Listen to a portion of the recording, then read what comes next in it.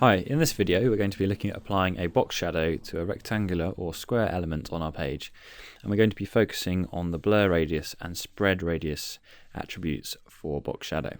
We're going to be doing this in a way that we can reuse the shadow anywhere else on the page by targeting a class, and we're going to end up with something like this where we have an element here and we have this nice shadow underneath it. So let's start looking at some code for this. Here's the HTML structure that I'll be using. And this is basically just a simple HTML5 structure that we'll use for any document really that we'll develop these days. The key thing to note is this link here, which links to our style sheet, which is right here, which is where I'm going to be applying the box shadow later on. So the first thing to do is just to add a div, and we'll use this as the box, and we'll style this up and provide the shadow to this element. So I'm going to give it a class of shadow2, and that is all the markup we'll need. Now let's do some styling. So I'm going to remove the default margin on the page and provide a background color of a slightly grey color. I'm then going to style up the div itself before applying the shadow to it. So just styling up the div, I'm going to give it a color, a white color.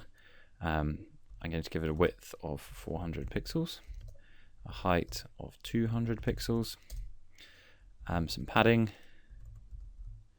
some margin,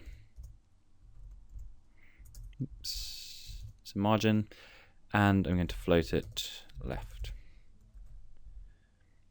So let's see what that looks like on the page. At the moment we just have our element with no shadow. Now to apply the shadow.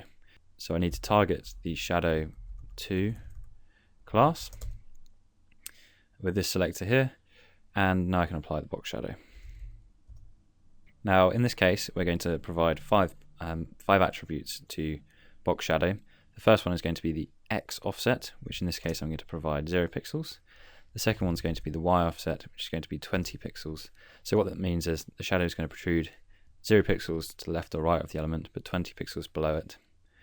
And then I'm going to provide a blur radius and a spread radius and a color. So I'm just going to apply the color now and show you what that looks like, and then add the blur radius and spread radius in afterwards.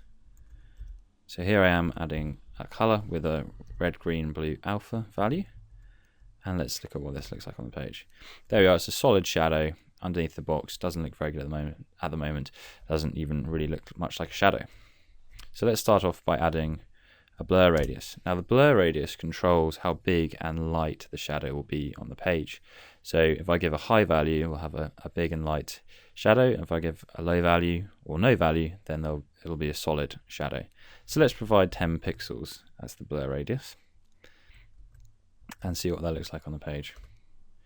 You can see there it starts to look like a shadow now. It's much more light around the edges, this shadow, and looks much more attractive. And that's blur radius. You can play around with that and get a feel for how that works.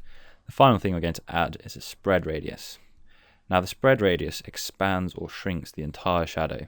So if I give a positive value in there, like 10 pixels, and see what happens, you can see the shadow's expanded massively, but that doesn't look very effective like that. So let's go back to it and give it a negative value, which will shrink the shadow.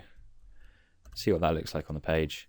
And there we are, we've got a nice subtle shadow underneath the box, bringing it out of the page and looking quite attractive.